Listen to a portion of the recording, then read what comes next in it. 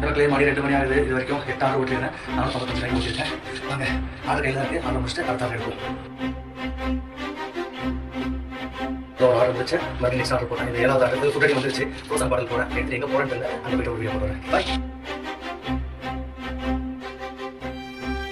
ஒரே டயர்பா. அதுலேருந்து இது வரைக்கும் அதில் ஒரு டீ என்ன சாப்பிட்டேன். டீ தான் முடிச்சுக்கிறேன். அசதி மாட்டது என்னன்னு தெரியல. ஆனால் அந்த கால் பச்சை வந்து பசிங்கிறத எடுக்கிறதே இல்லை. உயிரே இருந்தா தோண்டா ஜாலியாக தான் இருக்குது.